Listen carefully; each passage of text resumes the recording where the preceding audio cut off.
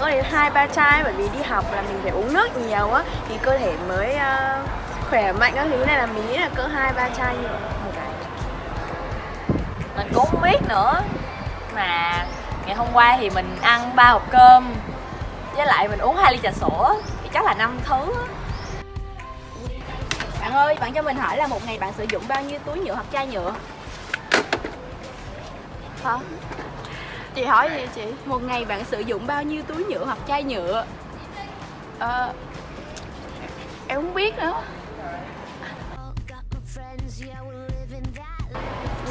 Cái này hơi khó bởi vì chắc là rất là nhiều nên là mình không chắc nữa.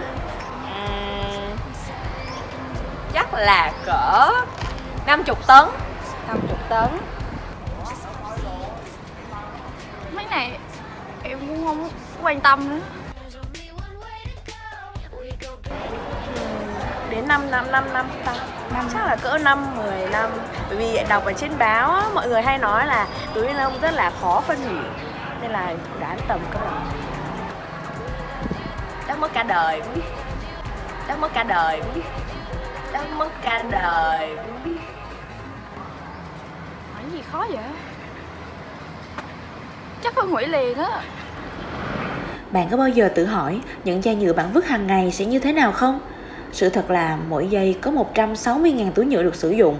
Vậy mỗi năm, trái đất sử dụng 5 tỷ triệu túi nhựa. Ôi trời, thật kinh khủng. Nói một chút về khoa học thì nhựa là liên kết hóa học giữa dầu và xăng, hay thường gọi là polymer. Mỗi chai hay túi nhựa kết thúc quy trình sử dụng của nó ở một bãi rác khổng lồ thế này đây. Mỗi ngày, hàng trăm tấn rác của thành phố đều được thải về và giữ nguyên ở đó. Bao lâu?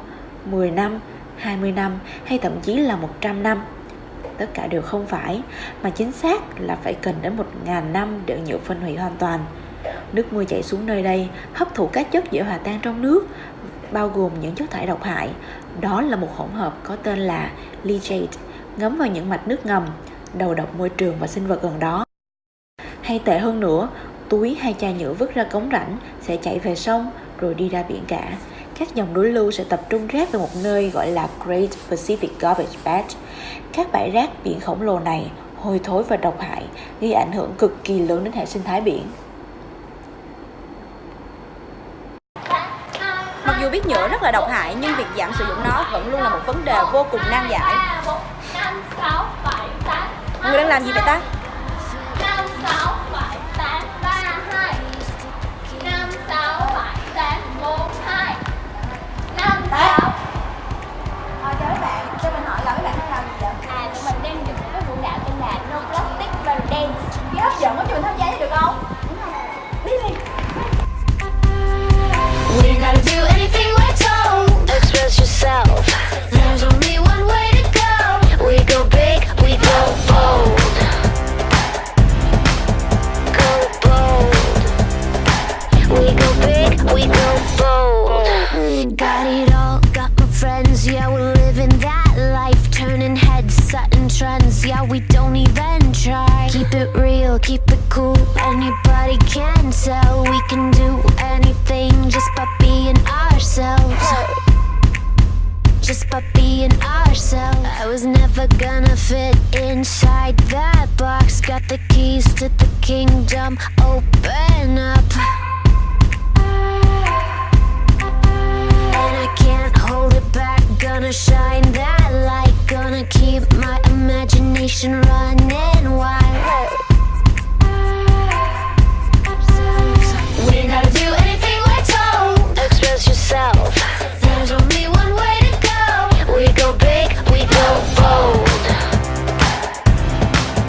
Go bold.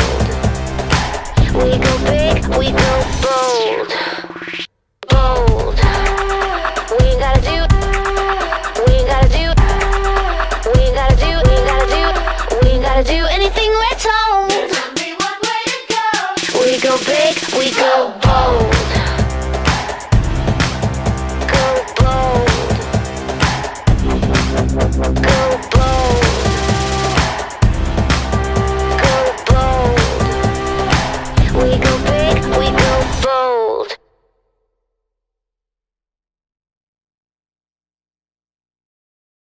Theo mình thì việc sử dụng quá nhiều bao ni lông sẽ gây ảnh hưởng tới môi trường rất là nhiều. Tại vì bao ni lông thì không thể tự phân hủy được, cho nên là khi mình càng sử dụng nhiều thì cái việc mà nó có quá nhiều cái chất thải ra thì nó sẽ gây ảnh hưởng tới môi trường.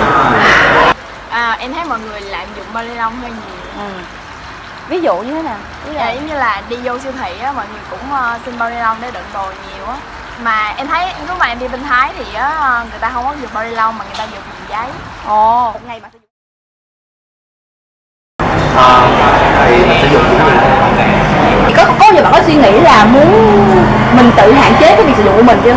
Mình có bao giờ có nghĩ tới việc đó rồi, nhưng mà nhiều khi mình đi mua đồ này kia ấy, thì giống như là mình không thể nào mình tự cầm được, nhưng mà cũng chỉ trong những trường hợp đó thì mình phải bắt buộc phải xài bao ni lông. Không chị, em hay dùng túi vải á, của em á. Rồi, cảm ơn bạn. No plastic, no problem. Cùng active bảo vệ môi trường. Nói không mới ba.